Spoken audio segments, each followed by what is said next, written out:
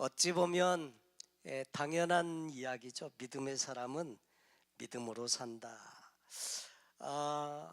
이 로마서에 있는 내용은 믿음에 관한 이야기를 많이 우리에게 이야기해 주는 성경이라고 할 수 있습니다. 특별히 구원의 도와 관련되어져서 믿음에 대해서 이야기해 주고 있습니다. 근데 어떤 분들은 로마서하고 야고보서를 조금 이렇게 잘 이해를 못하셔서 서로 상충된다고 생각하시는 분들이 있어요. 로마서는 오직 의인은 믿음으로 말미암아 살리라, 믿음을 이야기하고, 야고보서는 행함이 없는 믿음은 또 죽은 거다 이러면서 행함을 강조하고, 그래서 많이 상충된다고 생각하기가 쉬운데 결코 그렇지 않습니다. 로마서에 있는 믿음에 대한 이야기는 구원에 관한 이야기를 하면서 주로 많은 경우에 믿음을 이야기하는데, 야고보서는 수준이 로마서와는 또 좀 달라요. 로마서와는 달리 야고보서는 이미 믿는 사람들을 향해서 너희가 정말 믿었냐? 그렇다면 그 믿음이 행함으로 증명되지 않겠냐? 그래서 행함에 대한 강조를 두고 이 말씀을 기록하고 있습니다. 그래서 서로 상충되는 말씀이 아니고요, 보완되는 말씀으로 이해를 하시면 좋습니다.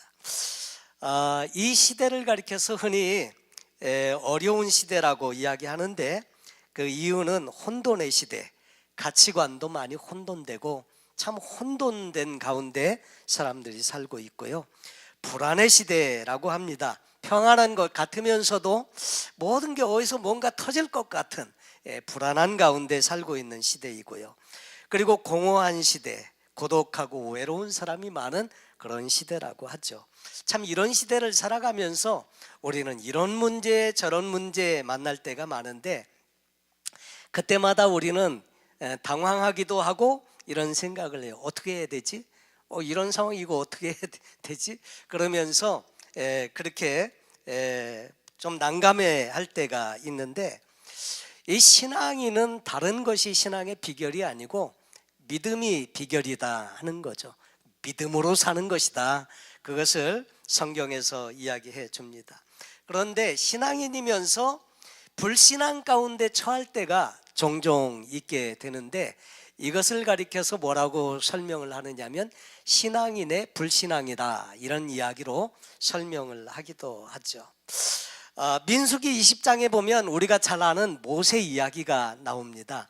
모세는 하나님의 놀라우신 은혜 가운데 정말 이스라엘 백성들을 애굽에서 출애굽시켜서 홍해를 가르고 이제 광야로 나온 그런 위대한 인물인데, 한 가지 실수를 하게 돼요. 그 일로 말미암아 참 후회막심한 그런 경험을 갖게 되는데, 그것은 다름 아니라 르비딤 앞에 이르렀을 때 백성들이 또 물이 없다고 하나님을 원망하고, 심지어는 막 돌을 들어서 모세를 쳐 죽이려고까지 사람들이 하니까, 여러분 사실 모세도 제가 보면 충분히 이해가 될 만한 그런 내용이에요. 왜냐하면 모세도 그 하나님 앞에 하소연하기를, 이 백성을 내가 낳았습니까? 이 백성을 내가 길렀습니까? 근데 왜 이렇게 이 고생을 내가 해야 합니까? 그러면서 하나님 앞에 하소연하기도 하는데, 이 그 이스라엘 백성들이 수시로 먹을 것이 없을 때마다, 마실 물이 없을 때마다 이렇게 원망하고 불평하고 돌로 자기를 들어서 치려고 하니까 모세도 너무 힘들었는지 그만 거기에서 그냥 화를 내고 말았어요. 화를 내고 또 하나님께서 기뻐하시지 않는, 그래서 그 물을 위해서 반석을 갖다 지팡이로 그냥 땅땅 두 번을 딱 때려가지고 바위가 쪼개지고 물이 나오기는 했는데, 그게 이제 하나님 보시기에 좋지 못했더라 하는 거죠. 그게 하나님 앞에 죄가 되었고, 결국 그 일로 말미암아 가나안 땅에 들어가지 못하는 비운에 처하게 되는데, 저는 그 내용을 읽을 때마다 뭐가 문제지? 모세가 뭘 잘못했기에 이렇게 생각을 했었는데, 성경을 보면 그 내용은 이렇습니다. 왜 그것이 그렇게 큰 죄가 되었나 보면, 먼저 모세는 말로 실수를 했는데, 시편 106편 33절에 모세가 그 입술로 망령되이 말하였음이로다. 그래서 망령되이 말했다, 이렇게 되어져 있어요. 신앙인은 신앙적인 말을 해야 되고 믿음의 말을 해야 하는데 모세가 그때는 그렇지 못했는 것 같아요. 모세가 화가 난 나머지 함부로 말을 하게 되었는데 이게 하나님 앞에 죄가 되었어요. 뭐라고 그랬느냐면 우리가 너희를 위하여 물을 내리야? 우리가 물을 내? 그러면서 막 이렇게 소리를 했는데 이게 하나님 보시기에는 좋지 못했다 하는 거죠. 사실 물을 모세가 냈습니까? 누가 냈습니까? 하나님이 내셨죠. 모세는 그냥 심부름꾼이었어요. 너 지팡이로 거기 반석을 좀 쳐봐. 그랬더니 그 순종하고 쳤더니 물이 나왔고요. 그래서 모세는 사실 심부름꾼이었는데 우리가 너희를 위해서 물을 내랴 그러면서 막 화를 냈거든요. 이게 하나님 보시기에 좋지 못했다 하는 거죠. 또 민수기 20장 12절에 보니까 여호와께서 모세와 아론에게 이르시되 너희가 나를 믿지 아니하고 이스라엘 자손의 목전에서 내 거룩함을 나타내지 아니한 고로, 그러니까 모세와 아론에게 하시는 책망 중에 너희가 나를 믿지 아니하고 그 이스라엘 백성 중에서 내 거룩함을 나타내지 못했다, 이 지적을 하나님께서 하십니다. 거기 보면 믿지 아니한 어떤 구석이 아마 있었는지 하나님께서 그렇게 책망하세요. 그러면서 너희는 이 회중을 내가 그들에게 준 땅으로 인도하여 드리지 못하리라. 모세의 행동에 믿음이 결여된 부분이 있었더라, 그것을 이야기하죠. 그런가 하면 24절에 아론은 그 조상들에게로 돌아가고 내가 이스라엘 자손에게 준 땅에는 들어가지 못하리니 이는 너희가 무리바물에서 내 말을 거역한 까닭이니라.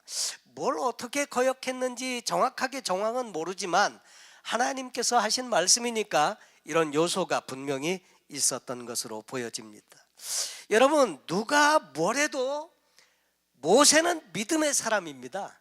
모세처럼 믿음이 출중했고 온유한 사람, 하나님을 신뢰하고 따르는 사람이 없었습니다.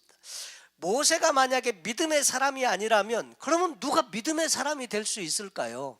그렇게 믿음의 사람이었는데도 믿음의 사람이 아니라고 인정된다면 그는 믿음으로 백성들을 인도했고요, 믿음으로 능력을 나타낸 사람입니다. 그런데 그 한순간에 믿음으로 반응하지 못했고 믿음으로 말을 하지 못했고 믿음으로 행동하지 못했고 믿음으로 하나님 앞에 바르게 반응하지 못해서 책망듣고 그리고 가나안 땅도 못 들어가는 그런 하나님의 준엄한 심판 가운데 처하게 되죠. 자, 그렇다면 그런 모세도 그랬다고 하면 저와 여러분은 어떨까요? 우리도 자주자주 믿음에서 떨어지고 믿음 없이 반응하고 믿음 없이 말하고 믿음 없이 행동하고 이럴 때 참 많은데 모세가 그 일 때문에 가나안 땅에 들어가지 못했는데 참 이게 우리는 그럼 과연 어떤가 생각하면 심히 두렵고요, 참 그럴 수 있습니다. 자, 그런데 오늘 성경 본문에는 믿음으로 반응한 한 사람, 이 아브라함에 대한 이야기를 해주고 있습니다. 여러분, 신약 성경이 몇 권으로 되어져 있지요? 신약 성경이 몇 권으로 되어져 있습니까? 신약 성경은 한 권으로 되어 있죠. 한 권으로 되어 있는데 그러나 그 안에 나눠져 있는 성경은 27권, 27 구약은 그렇게 되어져 있는데 이 신약 성경의 13권은 확실히 바울이 쓴 것으로 이렇게 나와 있죠. 그러니까 신약 성경의 절반 가까이를 바울이 썼다고 보여지는데 이 바울이 주장하는 그 신학의 가장 중요한 내용이 이 로마서에 다 이렇게 함축되어져 있는데 그 신학의 핵심은요, 다른 게 아니고 믿음으로 의롭다 하심을 얻는다는 것, 다시 말해서 justification by faith, 그러니까 믿음으로 말미암아 의로워지는, 칭의에 대한 이야기를 바울은 신학의 가장 중심부 핵심으로 삼고 있다. 율법으로, 행위로, 선행으로 구원받는 것이 아니고 우리는 믿음으로 하나님께 의롭다고 인정받고 구원받는 거다. 이것이 바울이 주장하는 가장 중요한 내용의 핵심이라고 하는 것을 이야기합니다. 그러면서 신구약의 모든 내용을 그 관점으로 바울은 설명해 주고 있습니다. 오직 은혜로, 오직 믿음으로 구원받는다는 것, 이것이 바울 신학의 핵심이고 우리 개혁 신앙의 핵심이기도 합니다. 그래서 어렸을 때 우리 주일학교 담임 분들은 아마 그 노래 아실 거예요. 돈으로도 못 가요 하나님 나라, 힘으로도 못 가요 하나님 나라, 거듭나면 가는 나라 하나님 나라, 믿음으로 가는 나라 하나님 나라. 그게 바울이 말한 것처럼 믿음으로 가는 것, 이 칭의에 대한 부분에 대해서 바울은 그 자신의 모든 주장과 그 내용을 설명함에 있어서 그 말씀을 사용하고 있습니다. 이 신학의 뿌리는 구약의 두 곳에 나타나고 있는데 창세기 15장 6절에 아브라함이 여호와를 믿으니 여호와께서 이를 그의 의로 여기시고, 아브라함이 하나님을 믿었는데 하나님이 그 믿음을 보시고 의롭다고 인정해 주셨다는 것, 그것이고요. 또 다른 하나는 하박국 2장 4절에 나와 있는데 의인은 그 믿음으로 말미암아 살리라. 이것이 그 바울이 그 칭의에 대해서 주장하는 그 신학의 근간으로 설명을 하고 있습니다. 행위로, 또 율법으로, 선행으로 그렇게 해서 하나님 나라 가는 게 아니고 순전하게 우리가 의롭다고 인정받는 것은 믿음으로 말미암아 의롭다고 인정받고 하나님은 그 의를 인정해 주셔서 우리를 하나님 나라로 이제 가게 하신다 하는 것이 이 바울의 핵심적인 주장입니다. 자, 그러면 하나님께서 의롭다 하시는 그 믿음은 어떤 믿음인지, 그리고 우리가 이 믿음을 어떻게 사용하면서 실제로 우리의 삶에 이 믿음을 어떻게 사용하면서 살 수 있는 건가, 이것이 우리 신앙의 참 중요한 내용이어서 오늘 그 내용에 대해서 함께 살펴보고자 하는 것입니다. 여러분, 신앙생활은 믿음 생활입니다. 믿음 빠지면 신앙생활이 아닌 거죠. 여러분, 그래서 이 믿음은 그만큼 중요한데 믿음에는 일상적인 믿음이 있어요. 이것은 알게 모르게 우리가 믿음이라고 생각지 않는 것인데도 믿음이 반영이 되는 그런 내용인데, 여러분 비행기 타고 한국에 가실 때 그 비행기 타면서 어떤 마음이 드세요? 불안합니까? 아니면 이거 태평양에 이게 비행기 빠지면 어떻게 되지? 막 이러면서 초조해하고, 그래서 막 탈까 말까 망설이고 고민 많이 하다가, 그리고 막 타고 가시는 분은 거의 없으세요.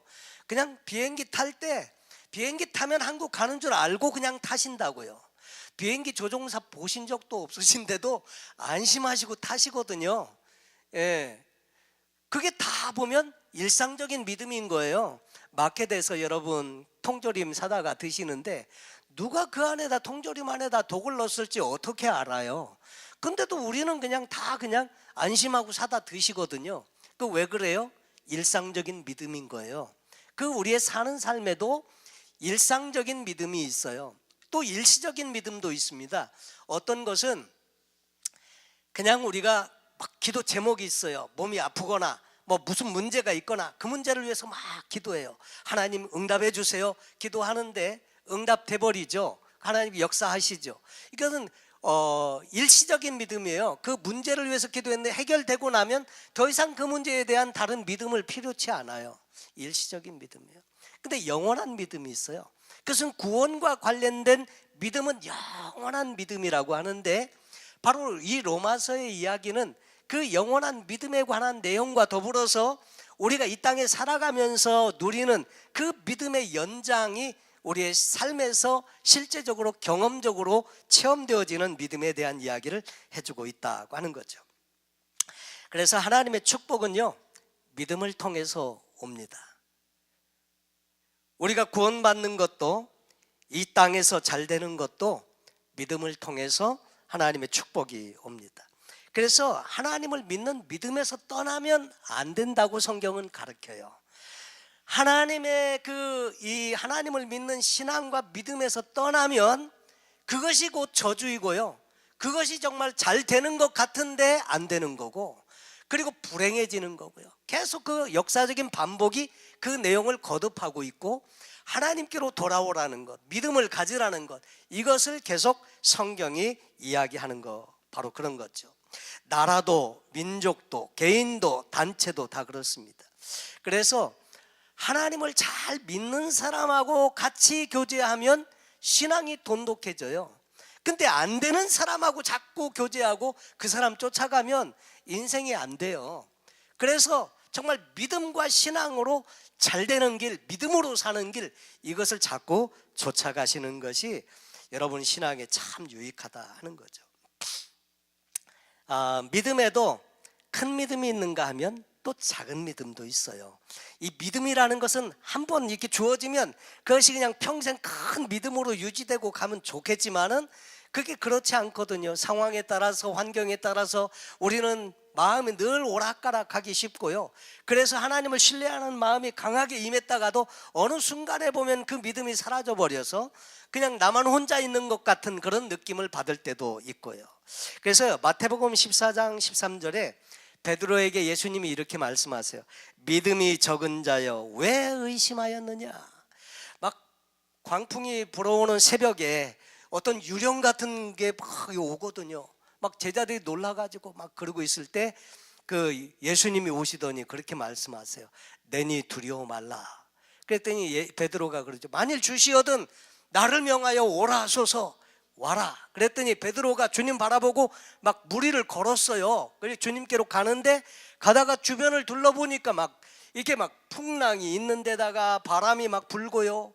그래서 갑자기 두려워졌어요. 그러니까 물속에 막 빠져갈 때 예수님이 구원해 주시고 배에 같이 올라오셔서 하신 말씀이 믿음이 적은 자여 왜 의심했냐.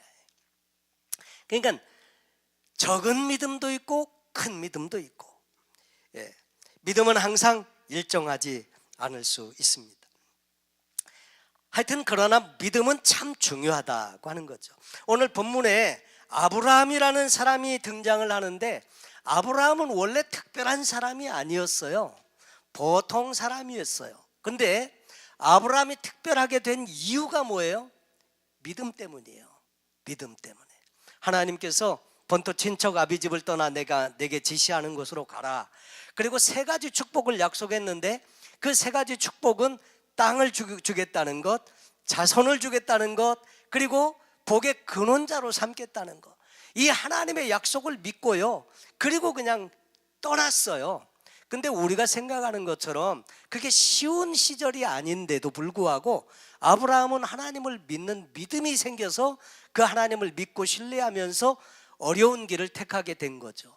요즘 같으면 뭐 이삿짐 센터에 막 물건 보내고 그냥 단촐하게 비행기 타고 딱 가면 좋은데 이 당시는요 그냥 막 살림도구 다 가지고 가야 되고요, 먹을 거 가면서 먹어야 되고요, 마실 거 가면서 마셔야 되고요, 짐승들도 데리고 가야 되고요, 가다가 무슨 일을 만날지 어떻게 변을 당할지 알지 못하는 가운데 그냥 떠났어요.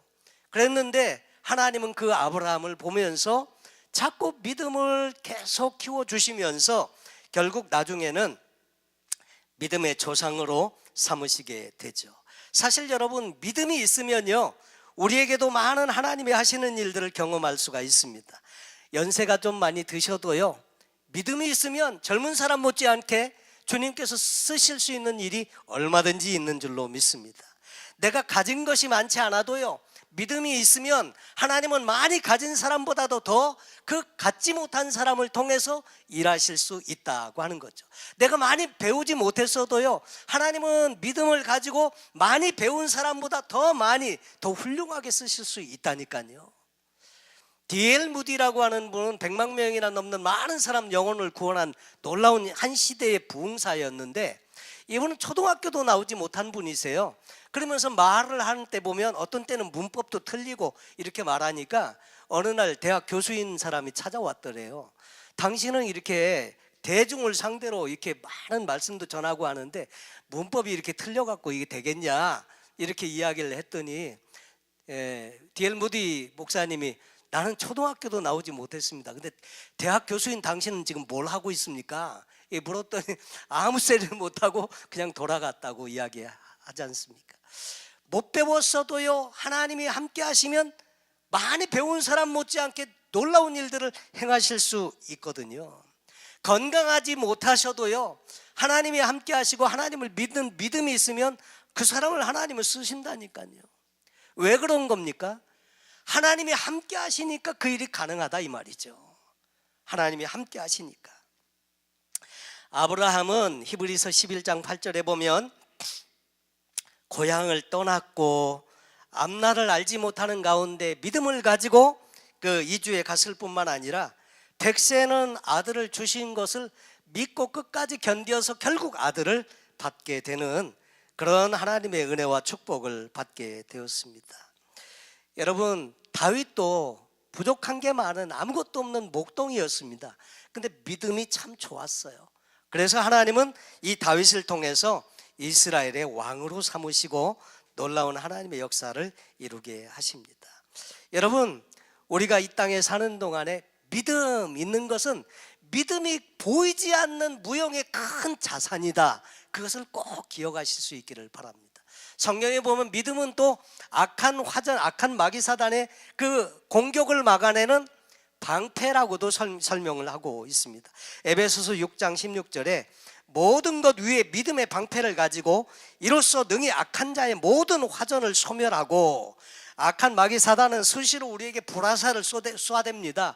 그래갖고 그거 맞고 막 그 치명적으로 막 고통스러워 그렇게 하도록 막 공격을 하는데, 그것을 막는 것이 뭐라고요? 믿음의 방패.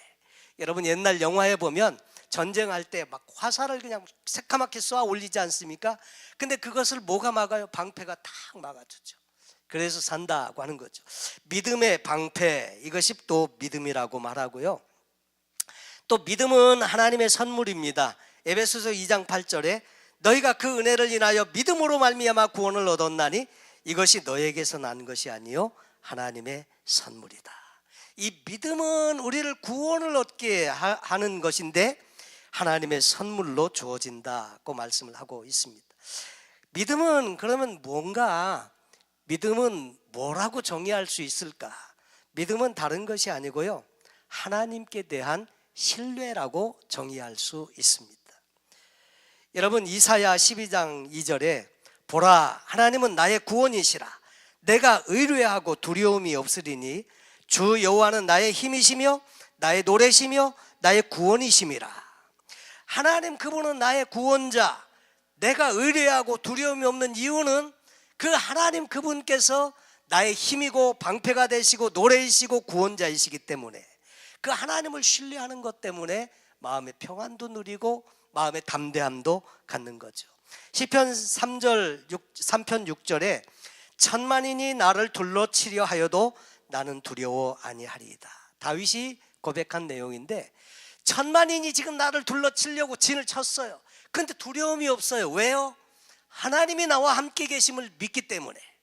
그러니까 하나님을 믿는 믿음이 있으면 마음을 담대하게 가질 수 있고요, 그리고 근심과 걱정과 염려를 그분께 맡기고 자유할 수 있다고 하는 거죠. 그래서 믿음은 하나님의 기적을 가져오게 하는데, 예수님께서 변화산에서 내려왔을 때 제자들이 귀신 들린 아이 하나를 놓고 귀신 쫓아내기 위해서 막 이렇게 힘쓰고 그러는데, 그 아버지가, 그 아들을 데려온 아버지가 막 쫓아왔어요. 주여, 만약에 뭐든지 하실 수만 있으면 좀 어떻게 좀 해주시죠. 제 아들을 귀신 들렸는데 어려서부터 불에도 넘어지고 물에도 빠지고, 만약에 뭔가 좀 하실 수 있으시면. 예수님께서 뭐라고 그러셨습니까?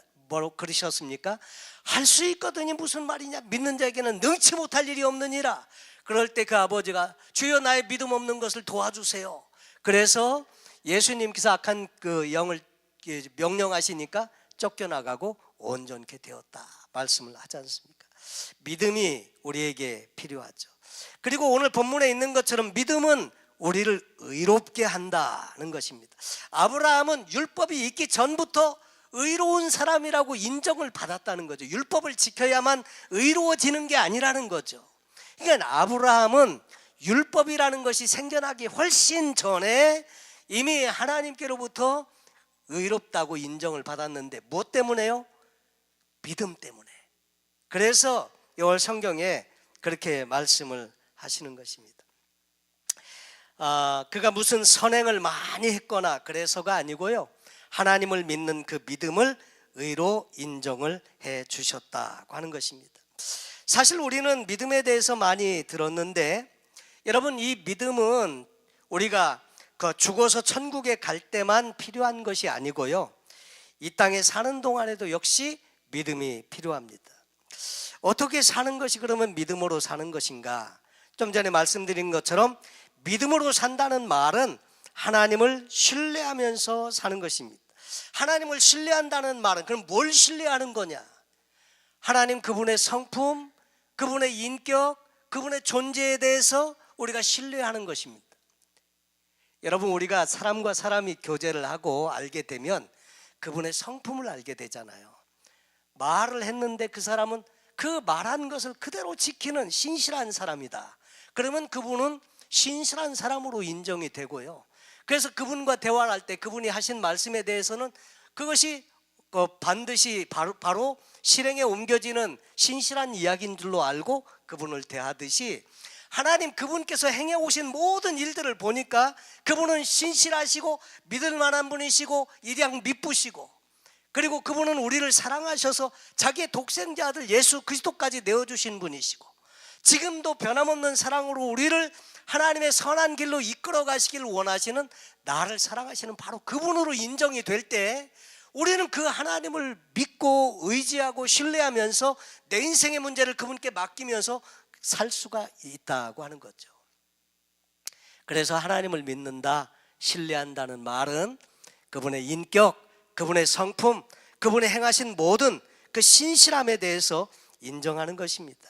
그래서 그분은 나를 사랑하시는 하나님, 나를 위해서 좋은 일을 계획하고 계시는 하나님, 나를 위해서 독생자를 주셨을 뿐만 아니라 변함없는 사랑으로 나를 사랑하시는 하나님, 신실하신 분, 미쁘신 분, 변함이 없는 분, 전지하고 전능하신 분, 선한 계획을 가지고 나를 이끄시는 분, 이것을 인정하게 되면 그분께 내 인생의 문제를 맡길 수 있는 믿음이 생기는 거죠. 다시 말해서 하나님을 경험을 하게 되면 그 하나님을 더 깊이 알아가게 되고, 그래서 믿음도 더 커져서 신뢰하는 믿음의 그 분량이 커질 수 있다고 하는 것을 이야기해 주고 있습니다. 여러분, 우리 여러분들께서는 하나님을 믿으시죠? 예, 다 믿으시죠? 여러분, 하나님을 믿으시는데 근데 왜 불안해 하세요? 왜 염려와 근심과 걱정이 많을까요? 왜 우울증이 오는 걸까요? 이거는 하나님을 믿는다고 하지만 그만큼 하나님을 우리가 온전히 신뢰하지는 못하고 있기 때문에, 그래서 우리의 마음이 이렇게 힘든 거 아닐까요?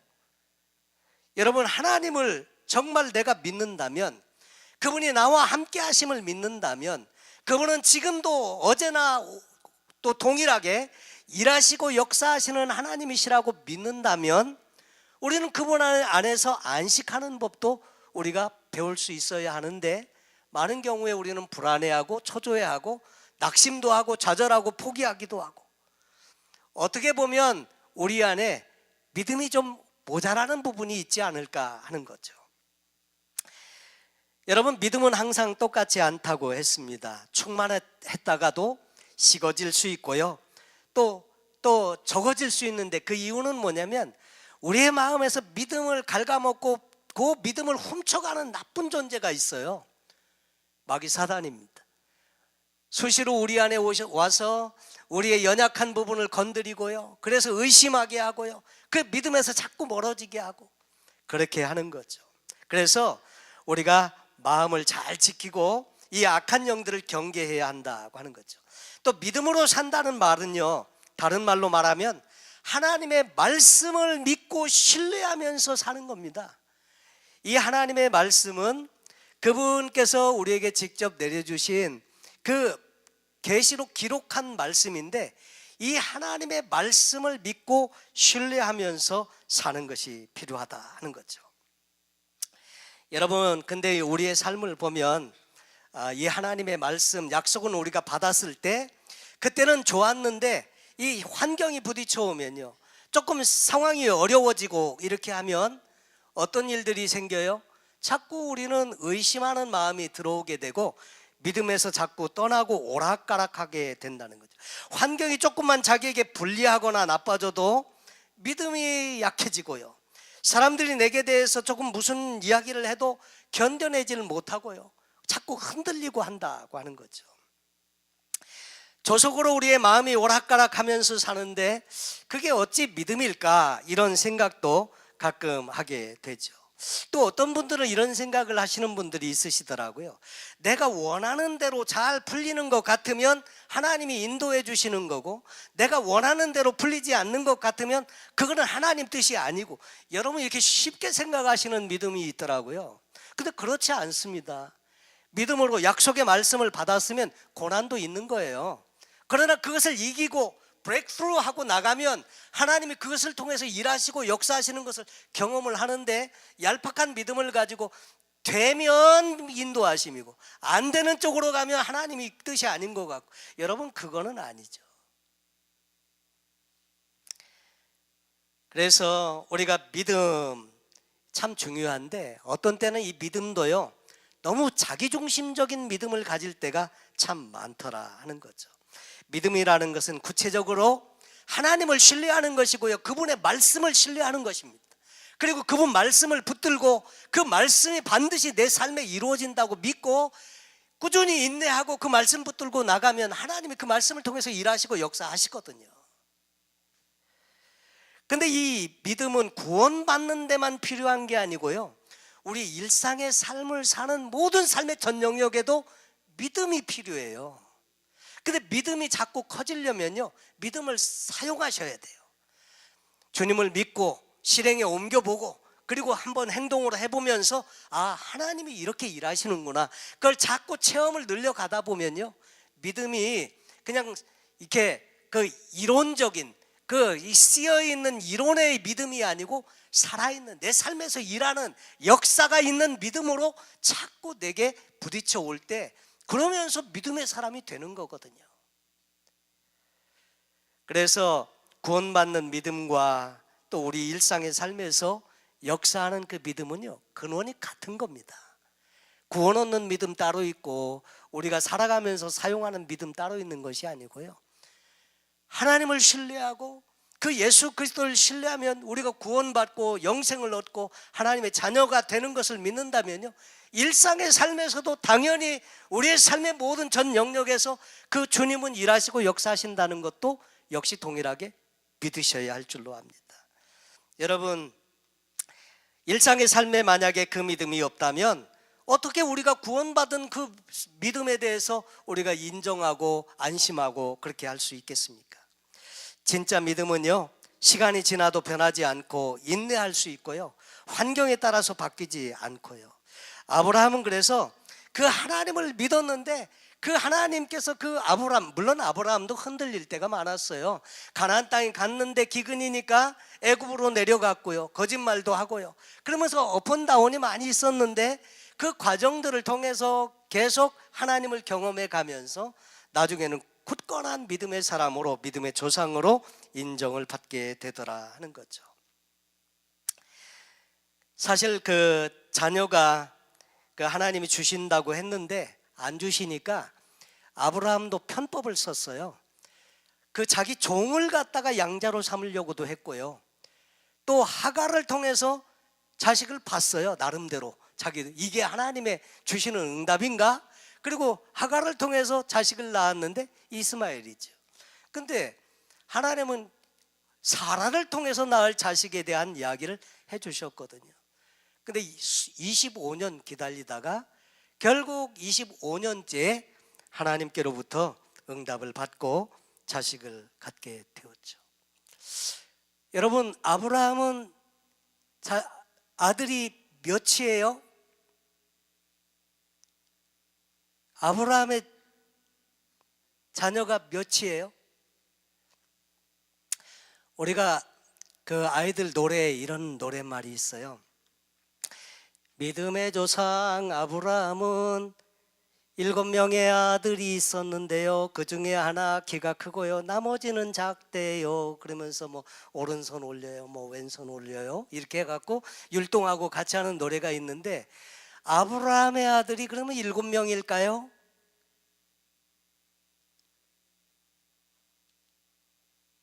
잘 몰라요.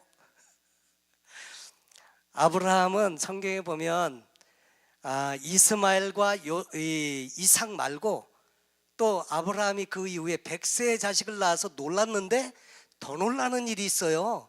그거는 그 이후에 그두라라고 하는 미디안 여자와 결혼을 해서 6명을 또 낳았어요. 그래가지고 아브라함은 8명이에요. 근데 여러분, 그 약속을 믿었더니 100세나 돼서도 자식을 주었다. 그것을 성경에 말씀을 하면서 아브라함의 믿음을 표현해 주고 있습니다. 여러분, 오늘 본문 19절에 그래서 이렇게 말씀합니다. 그가 100세나 되어 자기 몸에 죽은 것과 같음과 또 사라의 태에 죽은 것 같음을 알고도 그 하나님을 믿었다. 그랬는데 결국 그 하나님은 신실하게 그 아들을 주심으로 또 아브라함의 믿음에 온전하게 답해 주셨더라 하는 거죠. 여러분, 오늘 성경 본문에 보면 또 끝에 이런 말씀이 있어요. 그에게 의로 여겨졌다 기록된 것은 아브라함만을 위한 것이 아니요. 그러니까 아브라함이 하나님을 믿었는데 그 믿음을 의로 여겼다, 그것을 기록했는데, 그에게 의로 여겨졌다 기록된 것은 아브라함만을 위한 것이 아니고 누구를 위해서 기록을 했다고요? 보면 의로 여기심을 받을 우리도 위함이니, 아브라함의 이야기가 우리에게하고도 연관이 있다는 얘기예요. 그래서 아브라함의 그 믿음을 하나님이 의로 여기신 것처럼 우리도 마찬가지로 곧 예수 우리 주를 죽은 자 가운데 살리신 이를 믿는 자니, 우리도 예수 그리스도를 죽은 자 가운데 살린 것을 믿는데 역시 예수 그리스도를 믿는 우리를 또한 하나님은 의롭다고 하신다, 그 얘기를 해주고 있는 겁니다.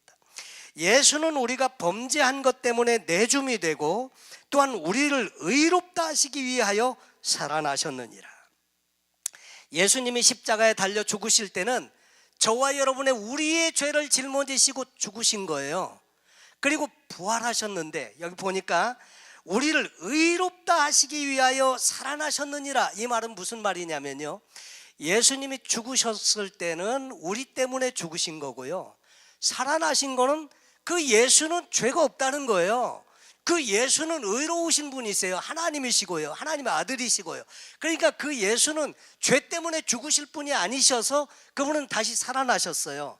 그러니까 죽으신 것은 바로 저와 여러분의 모든 죄를 다 담당하고 죽으신 것이기 때문에, 그래서 우리가 이 말씀에 있는 것처럼 우리를 의롭다 하시기 위해서 부활하셨다. 부활하심으로 말미암아 저와 여러분의 모든 죄를 친히 다 담당했다고 하는 것을 다 보여주는 내용이 바로 그 내용이라고 말씀을 하시는 것입니다. 그래서 그 예수를 믿으면 하나님은 그것을 의로 여겨주시고 그래서 하나님 나라의 자녀로 인쳐주신다. 너는 죄가 없다, 이미 죄값을 다 내 아들 예수가 다 치루어 주었다, 이것을 말씀해 주신다고 하는 거죠. 사랑하는 성도 여러분, 이 구원 얻는 믿음, 예수 그리스도를 믿는 이 믿음을 의로 여기시는데, 그 믿음은 그냥 구원과 관련해서만 그 믿음이 일하는 게 아니고요, 오늘 우리의 삶에 여전히 우리가 힘들어하는 인생의 문제, 어려운 내가 정말 닥쳐서 이 문제 어떻게 하면 좋지? 그리고 그 문제 가지고 씨름하는 그 문제, 그런 문제에 있어서도 하나님은 여전히 믿음으로, 우리가 믿음으로 주님을 의지하고 나아가면 하나님은 그 믿음을 통해서 일하시고 역사하신다고 말씀해 주시는 것입니다. 여러분, 그래서 오늘 저와 여러분의 믿음을 다시 한번 점검해보고, 믿음의 사람은 믿음으로 산다. 그래서 믿음으로 내가 지금 살고 있는지 한번 점검을 해보시고, 또 신앙인의 참 믿음을 온전히 가져서 앞으로 남은 우리의 생애도 아브라함과 같이 믿음의 사람으로 정말 하나님의 놀라운 은혜와 축복을 경험하고 또 쓰임받는 인생이 되시기를 예수님의 이름으로 축원합니다. 우리가 한번 그 찬송 드리시고 또 결단을 위해서 한번 기도하면 좋겠습니다. 하나님, 내가 참 믿음이 없을 때가 많은데 우리 하나님 온전히 믿음으로 살게 해 주옵소서. 우리 하나님 주시는 이 믿음 소유하기 원합니다. 믿음으로 살 수 있도록 우리 하나님 도와주옵소서. 결단하고 함께 기도하기 원합니다. 우리 함께 자리에서 일어나셔서 찬송하겠습니다. 여기